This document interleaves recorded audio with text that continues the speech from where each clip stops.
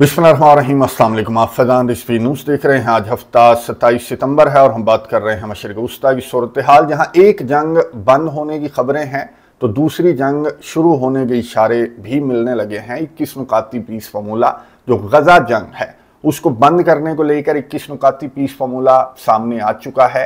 ये piece formula मैं आपको बता दूं कि डोनाल्ड ट्रंप ने जब अरब इस्लामिक प्रोमिनेंट कंट्रीज के लीडर्स से मुलाकात की, इंक्लूडिंग पाकिस्तान, तो ये जो फार्मूला है जो कि आगे चलकर मैं आपको दिखाऊंगा भी, जिसकी कॉपी मीडिया के ऊपर सामने आ चुकी है, तो ये इन लीडर्स को डोनाल्ड ट्रंप ने थमाया और डोनाल्ड ट्रंप बड़ी ऑप्टिमिस्टिक बातें कर रहा है कि गजा जंग जो है वो इस पीस फार्मूले के तहत आने वाले चंद घंटों में बंद हो जाएगी। ये पीस फार्मूला सुनने के बाद आपने कमेंट्स बॉक्स में अपने राय का इजहार जरूर करना है कि क्या आपको लगता है कि इन 21 नुकात पर ये गजा जंग जो है वो बंद हो जाएगी, और अगर बंद हो जाती है तो ये विन विन सिचुएशन होगी या फिर ये इसराइल की जीत होगी, ये प्रो इसराइली पीस फार्मूला है, या फिर ये फ़लस्तीन की जीत होगी, फ़लस्तीन के अवाम की स्ट्रगल की ये जीत होगी। ये फार्मूला सुनने के बाद अपनी राय का इजहार आपने कमेंट्स बॉक्स में ज़रूर करना है। अच्छा, जो जंग स्टार्ट होने के इशारे मिल रहे हैं तो ईरान के गिर्द घेरा तंग किया जा रहा है। एक तरफ गजा जंग बंद करने की कोशिश की जा रही है तो दूसरी जानिब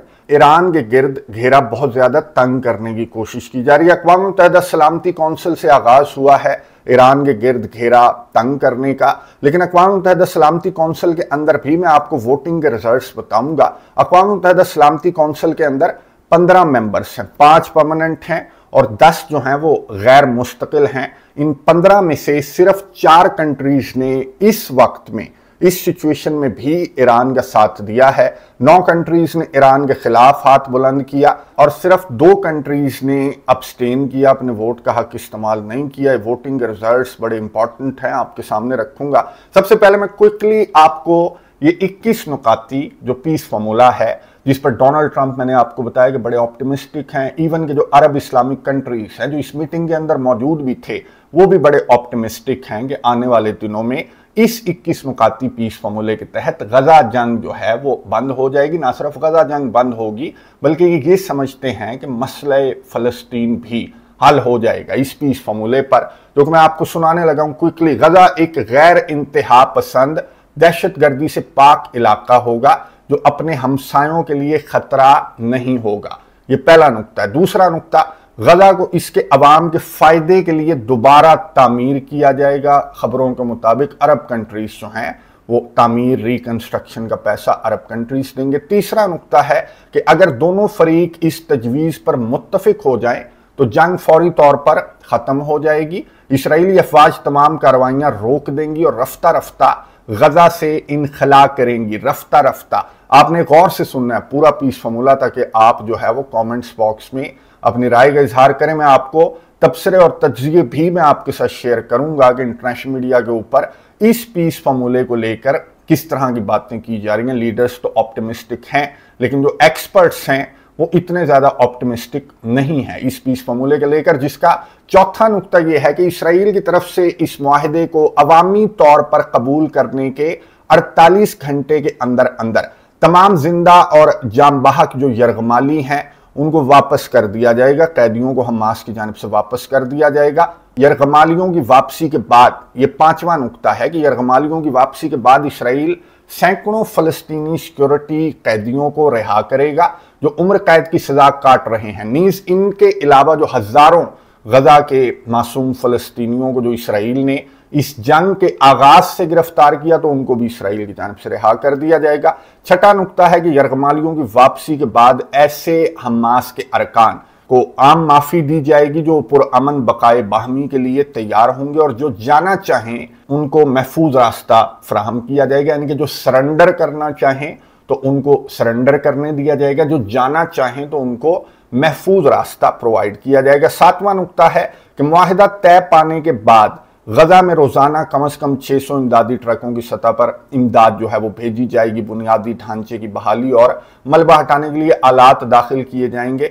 8वां नुक्ता है कि इमदाद अक़वाम मुत्तहिदा, रेड क्रिसेंट और दीगर बैनुल अक़वामी तंजीमों के जरिए तकसीम की जाएगी जिनका ताल्लुक ना इसराइल से होगा और ना हमास से होगा, यानी कि ये आलमी इदारे जो हैं वो गजा के अंदर इमदाद तकसीम करने का जो मामला है वो आलमी इदारे इसकी निगरानी करेंगे। नवा नुक्ता ये है कि गजा को एक अबूरी टेक्नोक्रेट फ़लस्तीनी हुकूमत के तहत चलाया जाएगा। बड़ा इंपॉर्टेंट नुक्ता है, जो रोज़मर्रा खिदमात फराहम करेगी। ये कमेटी अमरीका, अरब और यूरोपीय शराकतदारों के मशवरे से बनाए गए एक नए बैनुल अक़वामी इदारे की निगरानी में काम करेगी। 10वां नुक्ता है कि माहिरीन की मदद से गजा की दोबारा तामीर के लिए एक इक़्तिसादी मंसूबा बनाया जाएगा ताकि सरमायाकारी को फ़रोग़ दिया जा सके और रोज़गार के मौक़े पैदा किए जा सकें।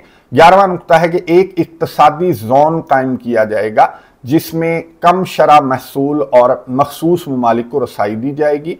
12वां नुक्ता है कि किसी को गजा छोड़ने पर मजबूर नहीं किया जाएगा, लेकिन जो जाना चाहेंगे उन्हें वापस आने की इजाज़त भी होगी। अवाम को गजा में रहने और बेहतर मुस्तकबिल की तामीर की तरगीब दी जाएगी।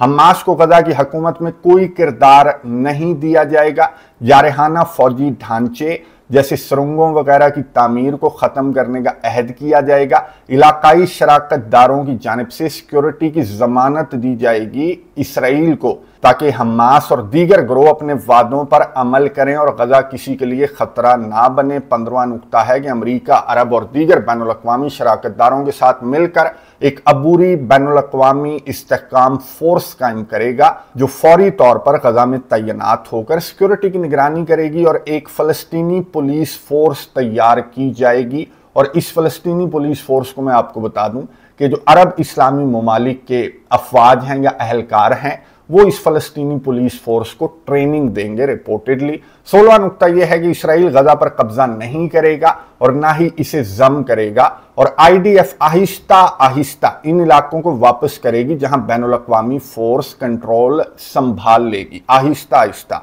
अच्छा, 17वां नुक्ता यह है कि अगर हमास इस तजवीज़ को मुस्तरद करेगी या ताख़ीर करेगी, हमास की जमात इस तजवीज़ पर, इस 21 नुकाती पीस फार्मूले पर, तो कोई फ़र्क नहीं पड़ेगा। उन इलाकों के अंदर जिन इलाकों को इसराइल की काबिज फ़ौजें क्लियर करार दे देंगी वहाँ पर ये फार्मूला जो है वो इम्प्लीमेंट होना स्टार्ट हो जाएगा। यानी कि लीव और डाई, या तो सरेंडर कर दो, गजा से चले जाओ, या फिर ये ऑपरेशन इसराइल का मखसूस इलाकों के अंदर जारी रहेगा। 18वां नुक्ता ये है कि इसराइल कतर पर मुस्तकबिल में कोई हमला नहीं करेगा। अमरीका और आलमी बरादरी कतर के सालसी के किरदार को तस्लीम करेंगे। 19वां नुक्ता यह है कि आबादी की गैर इंतहा पसंदी के लिए एक अमल शुरू किया जाएगा जिसमें बैनुल मज़ाहिब मुकालमा भी शामिल होगा ताकि इसराइल और गजा में जहनों और बयानियों को बदला जा सके। यानी कि बैनुल मज़ाहिब जो हम आहंगी वगैरह है वो पैदा करने की कोशिश की जाएगी, कुछ कॉन्फ्रेंसेस वगैरह मुनक्किद करके या फिर इस तरह की एजुकेशन देकर। 20वां नुक्ता यह है कि जब गजा की तामीर नौ में पेशरफ्त होगी और फ़लस्तीनी इस्लाहाती प्रोग्राम मुकम्मल होगा तो फ़लस्तीनी रियासत के क़याम के लिए एक काबिल एतमाद रास्ता फराहम किया जा सकेगा। ये बहुत इंपॉर्टेंट नुक्ता है कि 2 स्टेट सोल्यूशन की बात तब आएगी जब ये सारे 19 नुकात जो हैं ये इन पर अमल दरामद हो जाएगा, तो फिर ये फ़लस्तीनी रियासत के क़याम की बात आएगी। 21वां नुक्ता ये है कि अमरीका, इसराइल और फ़लस्तीनियों के दरमियान एक सियासी उफ़क़ तय करने के लिए बातचीत शुरू करेगा ताकि पुरअमन बकाए बाहमी मुमकिन हो सके। ये लंबे चौड़े नुकात थे लेकिन ये आपके साथ शेयर करना बहुत ज़रूरी थे। आपने, उम्मीद है कि बगौर ये नुकात जो हैं वो सुने होंगे। अब इंटरनेशनल मीडिया के ऊपर जो एक्सपर्ट्स हैं, जो एनालिस्ट्स हैं, वो मिक्स बातें कर रहे हैं। उनकी जानिब से ये भी कहा जा रहा है कि ठीक है, अमेरिका ने अपना स्टांस तब्दील किया और ये इंटरनेशनल प्रेशर है, ये फ़लस्तीनियों की स्ट्रगल है कि अमेरिका ने वो जो अमेरिका का स्टांस था डोनाल्ड ट्रंप का कि जी गजा के फ़लस्तीनियों को शिफ्ट कर देते हैं, मिस्र भेज देते हैं, उर्दन भेज देते हैं, इस तरह की बातें जो डोनाल्ड ट्रंप है वो कर रहा था, तो उस स्टांस से डोनाल्ड ट्रंप वापस आया।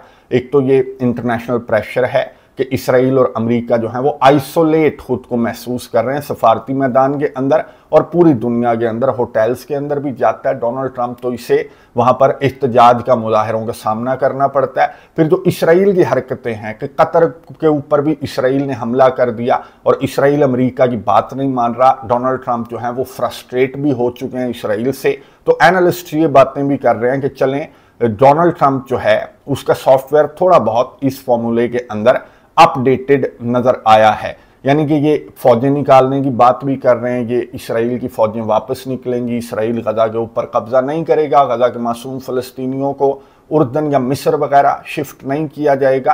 तो ये कुछ प्लस पॉइंट्स हैं। लेकिन एक्सपर्ट्स ये बातें भी कर रहे हैं कि लेकिन ये जो फार्मूला है इस पर अमेरिका अमल दरामद करेगा या फिर इसराइल अमल दरामद करेगा, इसकी कौन गारंटी देगा। माजी करीब में इस तरह के बहुत सारे फार्मूले सामने आए, लेकिन उन पर इसराइल की जानिब से अमल दरामद नहीं किया गया। स्पेशली ये जो नुकात हैं कि जी स्लोली इसराइल जो है ग्रेजुअली वक्फे से अपनी फौजें गजा की पट्टी से बाहर निकालेगा। तो इसराइल ने तो ना लबनान से अपनी फौजें बाहर निकाली और ना शाम से अपनी फौजें बाहर निकाली। और जो मेन नुकता है वो ये है कि हमास को रिप्रेजेंटेशन नहीं दी जाएगी, तो हमास की जमात जो है क्या इस पर एग्री करेगी। और जो पुलिस फोर्स बनाई जाएगी, जो सिक्योरिटी संभाली जाएगी, फ़लस्तीनियन अथॉरिटी को रिफॉर्म करके यहाँ पर फ़लस्तीनियन अथॉरिटी को कंट्रोल दिया जाएगा। और जो ट्रेनिंग देंगे, जो रिफॉर्म्स लाएंगे, वो हैं अरब कंट्रीज। तो आप खुद ही अंदाज़ा लगा सकते हैं कि कैसी पुलिस फोर्स होगी और कैसे रिफॉर्म्स लाकर कैसी फ़लस्तीनियन अथॉरिटी को यहाँ पर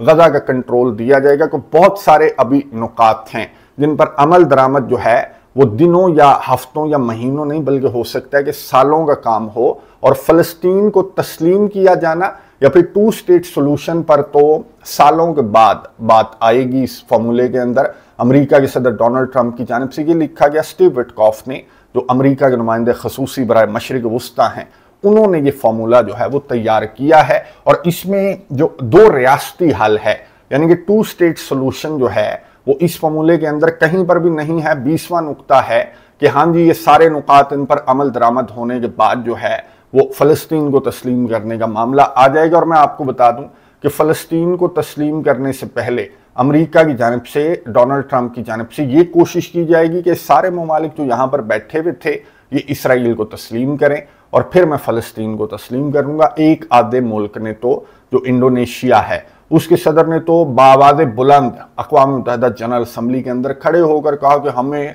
इसराइल को तस्लीम करना चाहिए और हमें मिलजुल कर रहना चाहिए। ये इंडोनेशिया आपको मालूम है कि दुनिया में सबसे ज़्यादा मुस्लिम आबादी के लिहाज से सबसे बड़ा मुल्क है। और उसकी जानिब से ये बात की गई जिसको इसराइल के वज़ीर आज़म नेतन्याहू ने अक़वाम मुत्तहिदा जनरल असम्बली से अपने खिताब के दौरान सराहा कि देखा इंडोनेशिया के सदर ने किस तरह की बात की। तो ऐसी सोच और अप्रोच तमाम मुसलमान ममालिक की होनी चाहिए, नेतन्याहू की जानिब से कहा गया। और मैं आपको बता दूं कि नेतन्याहू को इस फार्मूले पर एक नहीं बल्कि दर्जनों एतराज़ात होंगे। और नेतन्याहू का सबसे बड़ा एतराज़ ये होगा कि अब जबकि मैं ग्रेटर इसराइल बनाने के इतने करीब आ गया हूं तो अमेरिका की जानिब से ये तो मेरी राह में रोड़े अटकाने की कोशिश की जा रही है। ये 21 रोड़े ये इसराइल के वज़ीर आज़म नेतन्याहू को लगेंगे कि ये मेरी राह में जो है वो ग्रेटर इसराइल बनाने की राह में रुकावट है। इसराइल के वज़ीर आज़म की जानिब से और इसराइल के जो ऑफिशल्स हैं उनकी जानिब से तो ये बातें भी की जा रही हैं कि कोई 2 स्टेट सोल्यूशन नहीं होगा, कोई फ़लस्तीनी रियासत नहीं बनेगी, गज़ा के ऊपर भी हम कब्ज़ा करेंगे, वेस्ट बैंक के ऊपर भी हम कब्ज़ा करेंगे, यरूशलेम भी हमारा है। इसकी जानिब से इस तरह की बातें अब की जा रही थी नेतन्याहू की जानिब से और अभी भी की गई हैं। अक़वाम मुत्तहिदा जनरल असम्बली से खिताब करते हुए इसने इस तरह की बातें की हैं। और इसका ये मानना है कि जब तक हम जड़ को ख़त्म नहीं करेंगे तब तक ये जो थ्रेट है ये दोबारा से सर उठाकर आ जाएगा। और जड़ इसकी जानिब से आपको मालूम है कि जड़ इसकी जानिब से कहा जाता है ईरान को। ये जो अक़वाम मुत्तहिदा जनरल असम्बली से इसने खिताब किया नेतन्याहू ने, बहुत ज़्यादा वॉकआउट हुआ, तकरीबन 90 to 92% जो ऐवान था वो वॉकआउट कर गया था। और हॉल के अंदर इक्का दुक्का तकरीबन 8-10 कंट्रीज जिन्होंने इसराइल के हक में गुज़िश्ता दिनों भी वोट दिया, इंक्लूडिंग अमेरिका। कुछ कंट्रीज जो हैं वो हॉल के अंदर बैठे हुए थे जब नेतन्याहू खिताब कर रहा था। बाकी 90 to 92% जो हॉल है वो खाली हो गया था। और नेतन्याहू ने यहाँ पर नक्शे दिखा कर तकरीर की और ये कहा कि हमने इसको भी एलिमिनेट कर दिया, उसको भी एलिमिनेट कर दिया, इस थ्रेट को भी हमने इसका भी सफाया कर दिया। लेकिन इसकी जानिब से ये कहा गया कि विल फिनिश द जॉब, हम अपनी जॉब को फिनिश करेंगे, अभी काम जो है वो अधूरा है। नेतन्याहू की गुफ्तगू सुनेंगे उसके बाद बात करते हैं। We removed an existential threat to Iran, to Israel rather, and a mortal threat to the civilized world. We lifted a dark cloud that could have claimed millions and millions of lives. But, ladies and gentlemen, we must remain vigilant. We must remain absolutely clear-minded and vigilant. We must not allow Iran to rebuild its military nuclear capacities. Iran's stockpiles of enriched uranium, these stockpiles must be eliminated. गुफ्तगू आपने सुनी Israel के वज़ीर-ए-आज़म Netanyahu की, जिसने नक्शे उठा कर ये कहा कि जी हम जॉब जो है वो अपनी फिनिश करेंगे, आधा काम तो हो गया, आधा रहता है वो हमने ख़त्म करना है। हमास को मुकम्मल तौर पर इसने कहा कि हमने एलिमिनेट करना है। यमन से अभी भी हमारे लिए ख़तरा जो है वो सर उठा रहा है, तो उसको भी हमने एलिमिनेट करना है। और ईरान की इसने बात की कि ईरान का जो जौहरी प्रोग्राम है, जो न्यूक्लियर साइट्स हैं, ईरान के जो मिसाइल सिटीज़ हैं, ईरान पर सैंक्शंस आयद करने की बात भी इसकी जानिब से की गई अक़वाम मुत्तहिदा सलामती कौंसिल के इजलास के अंदर, जिसकी तफसीलात में आगे चलकर आपको बताऊंगा। बहरहाल नेतन्याहू ने ये कहा कि ईरान और ईरान की जो प्रॉक्सीज हैं वो ना सिर्फ इसराइल के लिए बल्कि अमेरिका और यूरोपियन कंट्रीज़ के लिए भी बहुत बड़ा ख़तरा है। और इसने कुछ मज़ीद बोर्ड्स भी उठाए अक़वाम मुत्तहिदा जनरल असम्बली से। अपने खिताब के दौरान मल्टीपल चॉइस टाइप क्वेश्चंस इसने लिख रखे थे कि जी डेथ टू अमेरिका ये नारा कौन लगाता है, और नीचे ABCD ये इस तरह के ऑप्शन इसने दिए हुए थे। और पूरे हॉल के अंदर था कौन। खैर, इसकी जानिब से ये पूछा जाता रहा कि बताओ इसका सही जवाब क्या है। ये छोटा सा क्लिप सुनिए, उसके बाद बात करते हैं। So let's do something else first at the UN. Let's do a pop quiz. And raise your hand if you know the answer. Here's the first question. Who shouts death to America? Is it A, Iran, B, Hamas, C, Hezbollah, D, the Houthis, or E, all of the above? All of the above. Correct. All of the above. Second question. Who has murdered Americans and Europeans in cold blood? Is it A, Al-Qaeda, B, Hamas, C, Hezbollah, D, Iran, or E, all of the above? Correct. Again. So here's the point I wanted to make. Our enemies hate all of us with equal venom. They want to drag the modern world back to the past, to a dark age of violence, fanaticism, and terror. I think many of you are already feeling in your own societies the radical Islamist surge. You know, I'm sure you do, you know deep down that Israel is fighting your fight. गुफ्तगू आपने सुनी Israel के वज़ीर-ए-आज़म Netanyahu की, और ये गुफ्तगू सुनवाने का मकसद ये है, और इसके ये खिताब का क्रक्स बताने का आपको मकसद ये है कि इसके पूरे खिताब का जो क्रक्स था वो ये था कि ख़तरा हमने एलिमिनेट तो कर दिया है, लेकिन जड़ जो है वो ईरान है। और अभी ईरान एग्जिस्ट कर रहा है, ईरान का थ्रेट जो है वो एग्जिस्ट कर रहा है, और वो ना सिर्फ इसराइल के लिए बल्कि पूरी दुनिया के लिए ईरान एक ख़तरा है। तो इसको जड़ से उखाड़ना इस खतरे को बहुत बेहतर है, ये नेतन्याहू की जानिब से कहा जा रहा था। और नेतन्याहू की जानिब से इस फॉर्मूले के अंदर ये एतराज़ जो है, बहुत सारे एतराज़ात के साथ ये एतराज़ लाजमी उठाया जाएगा कि ईरान तो एग्जिस्ट कर रहा है, मौजूद है और बहुत तगड़ा है, और जब तक ईरान एक तगड़ा ईरान मौजूद है मशरिक वस्ता के अंदर, तो ये जो प्रॉक्सीज हैं, ये जो ग्रुप्स हैं, ये जो मज़ाहमत है, ये फिर से सर उठाएगी। और ये एक नज़रिए का नाम है। तो इसराइल की जानिब से इस तरह के एतराज़ात उठाए जाएंगे। तो अमेरिका इसको श्योरिटी दे रहा है रिपोर्टेडली इसराइल को कि जो काम हमने करना था वो हमने मिलजुल कर दिया, और इतनी ज़्यादा रेजिस्टेंस जो है वो मुसलमान ममालिक की जानिब से सामने नहीं आई, सिवाय मजम्मती आलामियों के। इन्होंने लबनान के अंदर जो निज़ाम है वो तब्दील कर दिया, शाम के अंदर निज़ाम को तब्दील कर दिया। इसने यहाँ पर खड़े होकर अहमद अल-शर्रा की तारीफ़ें की हैं कि अहमद अल-शर्रा के साथ हमारे मुज़ाकरात चल रहे हैं, और लबनान से भी हम उम्मीद रखते हैं कि एक पुरअमन खित्ते के लिए लबनान भी किरदार अदा करेगा। तो इस तरह से इन्होंने अपने बहुत सारे टारगेट्स को तो बगैर रेजिस्टेंस के अचीव कर लिया, बल्कि मुसलमान आपस में लड़ते रहे। तुर्किया के सदर को इसने क्रेडिट दिया कि शाम के अंदर जो भी कुछ हुआ और जिस वक्त में भी हुआ तो आपको सेरा जाता है, उसका इस फतह का क्रेडिट आपको लेना चाहिए।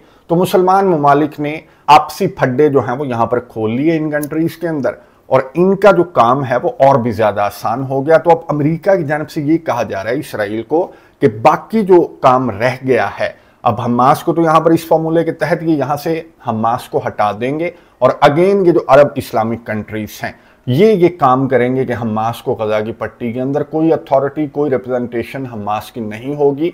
तो ये काम भी इन्होंने अरब और इस्लामी कंट्रीज के ऊपर छोड़ दिया। अब पीछे रह जाएगा ईरान, और ईरान के गिर्द मैंने आपको बताया कि इन्होंने घेरा जो है वो ऑलरेडी तंग करना स्टार्ट कर दिया है। अक़वाम मुत्तहिदा सलामती कौंसिल का इजलास हुआ चंद घंटों कबल, और इस इजलास के अंदर मैं आपको बता दूं कि चाइना और रशिया की जानिब से ये करारदाद पेश की गई थी कि जी ईरान के ऊपर जो सैंक्शंस वगैरह हैं उनको 6 महीनों के लिए डिले किया जाए और ईरान के साथ जो जोहरी मुज़ाकरात हैं उनको 6 महीनों जारी रखा जाए। अब इस पर वोटिंग जो हुई है उसके रिजल्ट्स मैं आपको बता दूं कि सिर्फ 4 कंट्रीज ने इस करारदाद के हक में वोट दिया, खुद रशिया और चाइना ने, अल्जीरिया ने और पाकिस्तान ने। अच्छा, पाकिस्तान को शाबाश जाती है कि पाकिस्तान अपनी खारजा पॉलिसी को लेकर यहाँ पर चाइना और रशिया की करारदाद के हक में पाकिस्तान ने वोट दिया है।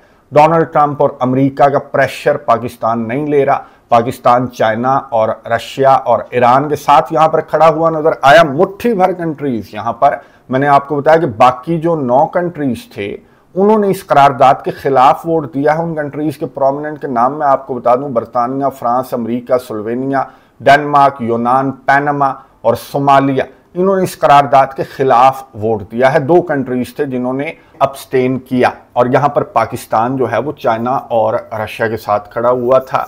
तो ये बहुत ज़बरदस्त मुझे पाकिस्तान का इक़दाम जो है वो नज़र आया। बहरहाल ये ईरान के गिर्द घेरा तंग कर रहे हैं, ये ईरान के ऊपर सैंक्शंस आयद कर रहे हैं, और ये समझते हैं कि ईरान को अब प्रेशराइज करना, ईरान का सॉफ्टवेयर अपडेट करने के लिए काफ़ी होगा, क्योंकि ईरान बहुत ज़्यादा वीक हो चुका मशरिक वस्ता के अंदर। ईरान की अब वो पावर नहीं रही जो कि 7 अक्टूबर से पहले थी। इस जंग के बाद ईरान को वीक करने में अमेरिका और इसराइल जो हैं वो कामयाब हो गए हैं। तो अब ये समझते हैं कि सैंक्शंस या फिर ये दबाव काफ़ी होगा ईरान का सॉफ्टवेयर अपडेट करने के लिए, और ईरान के अंदर रजीम चेंज भड़काने के लिए ये जो प्रेशर है ये अमेरिका और इसराइल की जानिब से, इंक्लूडिंग अरब कंट्रीज की जानिब से जो प्रेशर है ये काफ़ी रहेगा। तो क्या ये प्रेशर काफ़ी रहेगा ईरान का सॉफ्टवेयर अपडेट करने के लिए? ये भी आपने कमेंट्स बॉक्स में मुझे बताना है कि अमेरिका और इसराइल की जानिब से ये जो प्लान बनाया गया है पूरे का पूरा, जो मैंने आपके साथ स्क्रीन स्कैन करके शेयर करने की कोशिश की, तफसीलात ज़्यादा थी इसलिए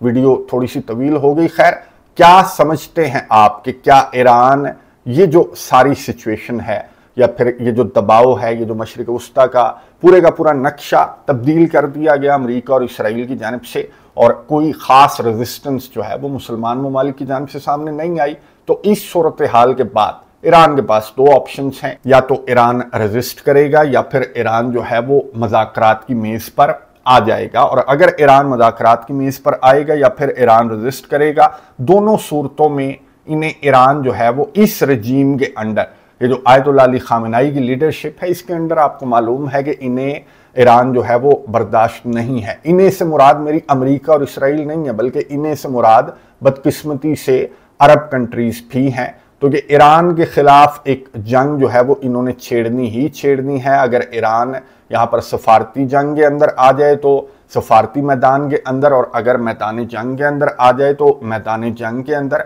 इनका मकसद मैंने आपको बता दिया कि ईरान के अंदर रजीम चेंज किए बगैर नेतन्याहू ना ये फार्मूला मानेगा जब तक अमेरिका नेतन्याहू को श्योरिटी नहीं देगा कि नहीं जी जड़ को हमने ख़त्म करना है और वो मंसूबा हमने बना लिया और जड़ को हम ख़त्म करके रहेंगे। तो ये श्योरिटी अगर अमेरिका की जानिब से नेतन्याहू को दे दी जाती है तो फिर तो नेतन्याहू इस फार्मूले पर एग्रीमेंट जाहिर करेगा, वरना नेतन्याहू को इंक्लूडिंग ईरान बहुत सारे एतराज़ात इस पीस फार्मूले के ऊपर भी होंगे, जो कि आने वाले चंद घंटों में जाहिर है कि जो रिएक्शन है वो सामने आना स्टार्ट हो जाएगा, इसराइल का भी, हमास का भी। आपने अपनी राय का इजहार कमेंट्स बॉक्स में ज़रूर करना है कि ये पीस फार्मूला, इसके तहत आपको क्या लगता है कि जंग बंद हो जाएगी, और अगर ये जंग बंद हो जाएगी तो क्या ये विन विन है, या फिर ये इसराइल की फतह है, या फिर ये मासूम फ़लस्तीनियों की फतह है? नज़र रखेंगे कमेंट्स बॉक्स में, अपनी राय का इजहार ज़रूर कीजिएगा। अगली वीडियो तक के लिए इजाज़त दीजिए। अल्लाह हाफिज़।